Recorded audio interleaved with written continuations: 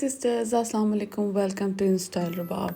तो जी आज पक्का डिसाइड कर लिया है कि अब केयर करनी ही करनी है, अब नहीं छोड़ना इस चीज़ को।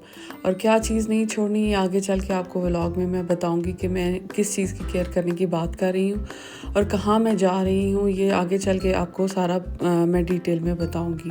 तो ये व्लॉग जी लॉन्ग वीकेंड का है। लॉन्ग वीकेंड में तकरीबन 3-4 दिन मैं घर रही और पूरे मैंने सोचा था कि हर दिन व्लॉग बनाऊंगी, लेकिन क्योंकि यहाँ पे ना लंदन में वेदर बदल रहा है तो वेदर के चेंज के हिसाब से फिर कपड़े भी थोड़े से ऐसे निकालने पड़ते हैं जिसमें जो है आप सर्दियों के रख रहे होते हैं और गर्मियों के निकाल रहे होते हैं।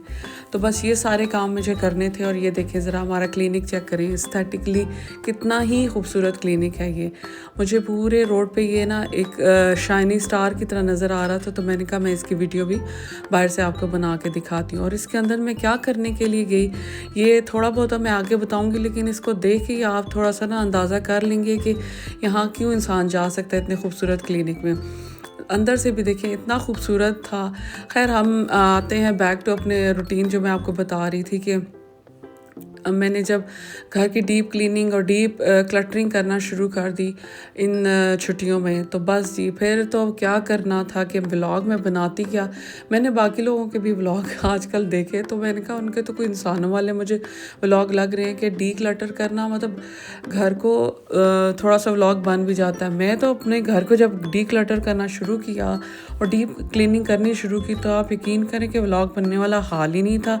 मैं नज़र नहीं आ रही थी उसके अंदर, तो इतना ज़्यादा कुछ जमा हो जाता है। जब ऐसा होता है जब आप 4 या 6 महीने तक घर की चीज़ों को स्पेशली कपड़े तो हम नहीं लेते जाते हैं और पिछले रखते जाते हैं और रख के भूलते जाते हैं। तो जब आप उनको नहीं छेड़ेंगे ना तो फिर डी क्लटरिंग करना आसान नहीं होती।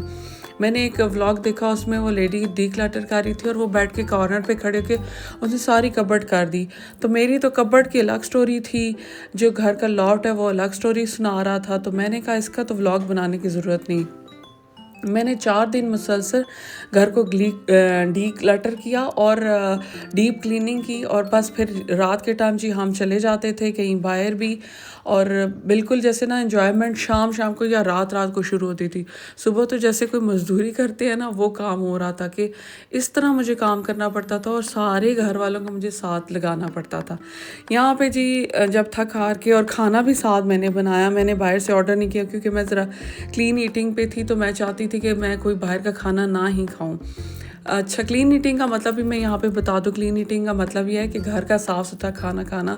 मैं डाइटिंग वगैरह पे नहीं थी, डाइट मैं इतना करती नहीं, मैं सिर्फ पोर्शन कंट्रोल कर लेती हूँ। तो यहाँ पे जी जो आप ढाबा स्टाइल कढ़ाई होती है ना वो बन रही है।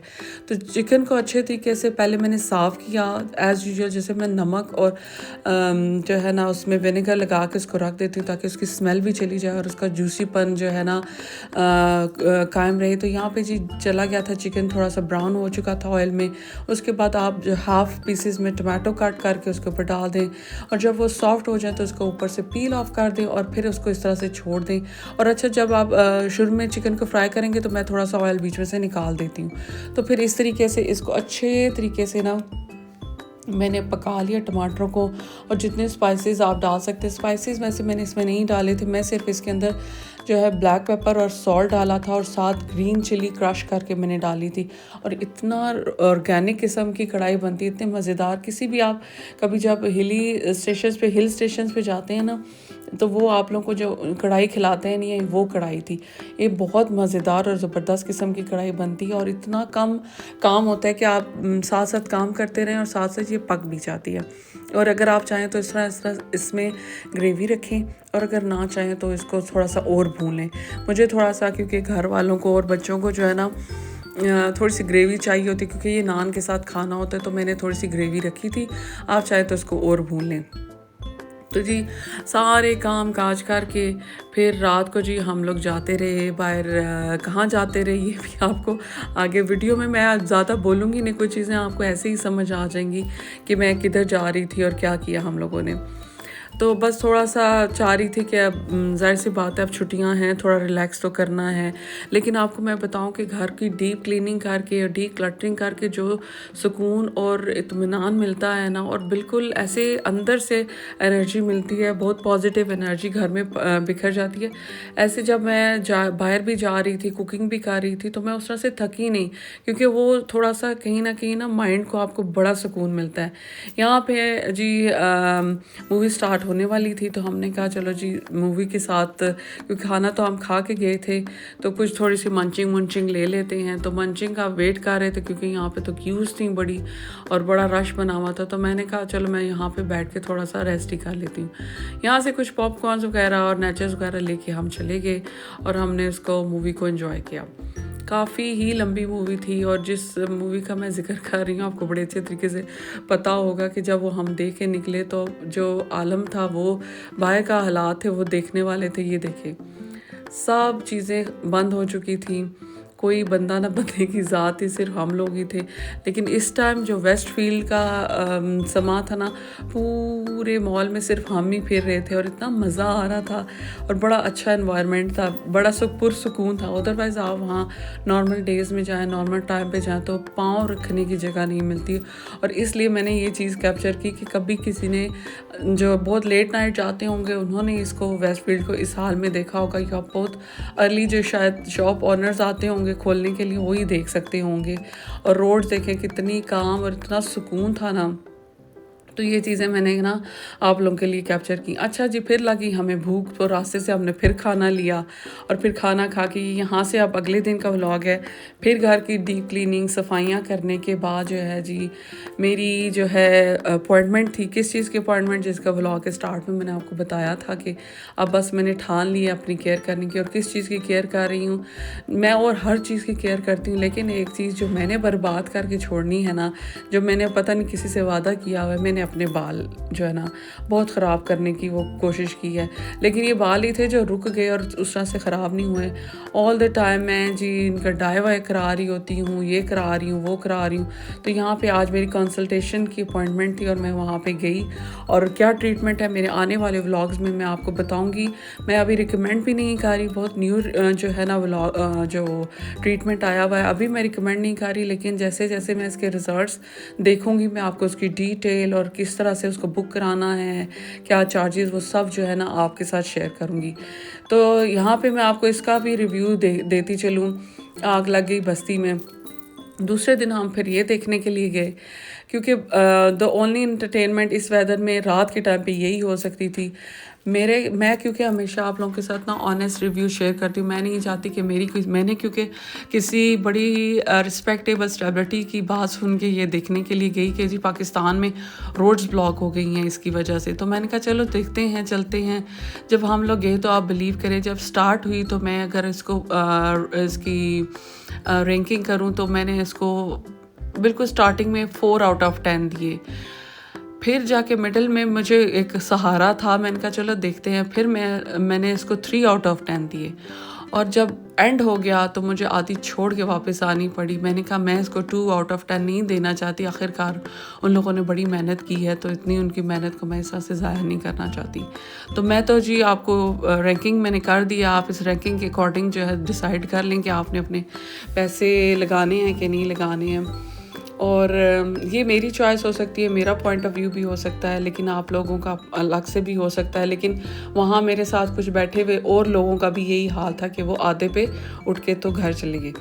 अच्छा जी, ये नेक्स्ट डे फिर डी क्लटरिंग करने के बाद बिल्कुल लास्ट डे था और मैंने इसको फाइनल टच दे दिया था। किचन की आउटर डीप क्लीनिंग रह गई थी, लेकिन जो है अंदर से मैंने एक एक ड्रॉर, एक एक कैबिनेट, और जितना मैंने दिल बड़ा करके ना किचन का सफाई करते वक्त ना और कपड़ों की सफाई करते वक्त औरतें जो है ना अपना दिल बड़ा नहीं कर सकती, वो ज़रूर कुछ ना कुछ फिर वापस रख देती हैं। लेकिन इस दफ़ा क्योंकि मैं जो है ना मेरे ऊपर क्लीनिंग का मोड लगा हुआ था, तो मैंने कहा मैं इसका यूज़ कर लेती हूँ। मैंने जितना मेस था ना उसको क्लियर करने की कोशिश की, और जितनी चीज़ें मैं निकाल सकती थी ना वो मैंने निकाल के ठिकाने लगाई। तो इसके बाद जी फिर मैं एक तरफ जो है रेड बीन्स बना रही थी और साथ चावल बना रही थी। रेड बीन्स और चावल और साथ ये जो है ना मैं चिकन के कबाब बना रही हूँ। और चिकन के कबाबों का मैं एक कढ़ाई बना रही थी, लेकिन मुझे बीच में इतनी भूख लगी कि मैं रेड बीन्स रेडी हो गए थे तो मैंने कहा चलो मैं पहले रेड बीन्स खा लेती हूँ चावलों के साथ। साथ सैलड बनाया, लेकिन बाद में फिर मैंने ये चिकन की कढ़ाई जो जिनको दालों से परहेज़ है हमारे घर में उनके लिए बनाई। सारा कीमा वगैरह लेना है, उसके अंदर जो है चिकन जो है सॉरी कीमा चिकन का लेके उसके अंदर जो है आपने हरा धनिया ग्राइंड करना है, अदरक लहसुन ग्राइंड करके डाल देना है। जितने स्पाइसेस आप इसको स्पाइसी करना चाहते हैं वो डाल दें। और फिर एक चीज़ जो मैं आपको यहाँ पे बताऊँ कि अगर आप चिकन के कबाब बनाते हैं ना तो आपका चिकन का कीमा लेंगे ना तो वो बहुत सॉफ्ट बनते हैं। अगर आपको एक टिप यहाँ पे देती जाऊँ कि अगर आप ब्रेड को अच्छे तरीके से ग्राइंड करके इसके अंदर ऐड करेंगे ना तो आपका कीमा बहुत अच्छा बनेगा। और जितने दिन मैंने खाना खाया इसने थोड़ा सा स्टे किया फ्रिज के अंदर तो वो बहुत ही अच्छा जो है ना इसका टेक्सचर हो गया। और बाद में ये फ्राइंग करना और इस तरह से कटलेट्स बनाना बड़ा आसान हो गया। वैसे बहुत ज़्यादा सॉफ्ट हुआ भी नहीं क्योंकि मैं बिल्कुल फ्रेश कीमा ही यूज़ कर रही थी चिकन का हो या बीफ का, मटन का, जो भी कीमा हो ना, कीमे के लिए हमेशा मेरी रिकमेंडेशन ये है कि आप फ्रेश यूज़ करें। कभी भी फ्रिज का लगा हुआ कीमा ना पकाएं और ना ही उसके कबाब बनाएं।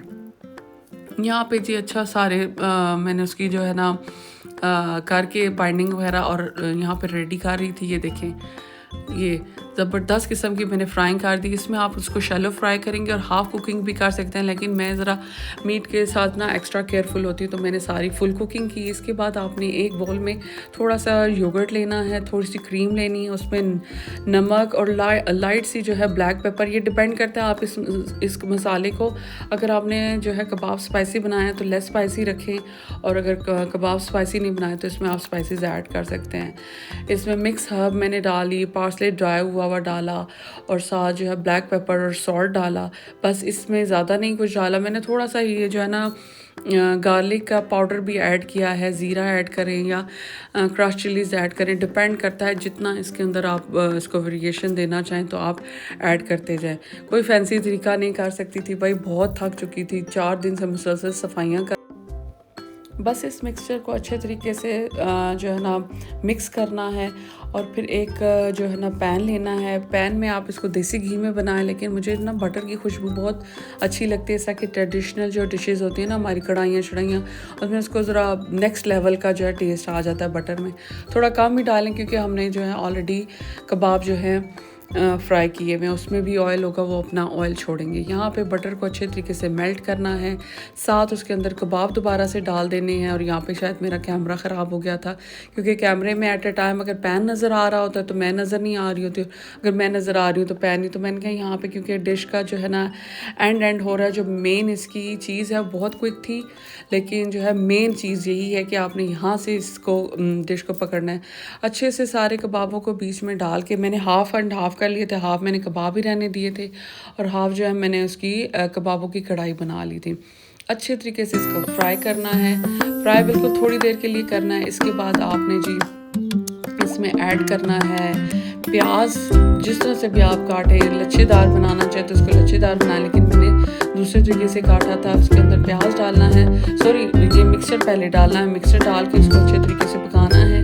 मैं ज़रा ज़्यादा फास्ट फॉरवर्ड होके तो वॉइस नोट कर रही थी तो इस वजह से मैं भूल गई। ये जो है इसमें डालना है दही का और क्रीम का मिक्सचर डाल देना है, थोड़ा सा इसके अंदर पकाना है। इसको अगर आप ग्रेवी थोड़ी ज़्यादा रखना चाहते हैं तो थोड़ा कम पकाएं, अदरवाइज इसको ज़्यादा पकाएं तो ये अच्छे तरीके से जो है ना मिक्स हो जाएगा और इतने मज़ेदार सॉफ्ट किस्म के आपके कबाब बनते हैं ना। और फिर साथ ये जो है ना अनियन डालेंगे, ये देखें ये जी जा रहे हैं अनियन, और इसके अंदर जो है आप शिमला मिर्चें डाल दें ज़्यादा कलरफुल करने के लिए, सारे कलर डाल दें।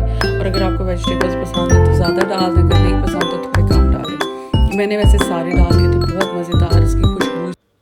बस थोड़ी देर इनको स्टर करना है, ज़्यादा देर इनको नहीं पकाना। आप चाहें तो क्रंची क्रंची रखें और चाहें तो ज़्यादा सौगी कर दें। इसके बाद एंड पे आपने इसके ऊपर लेमन शेमन छिड़कना है और थोड़े से जो है ना टॉप अप करना है कुछ मसालों के साथ। ज़ीरा हो गया, क्रश चिलीज़ हो गया, अकॉर्डिंग टू योर टेस्ट जो है आप चाट मसाला भी डालें।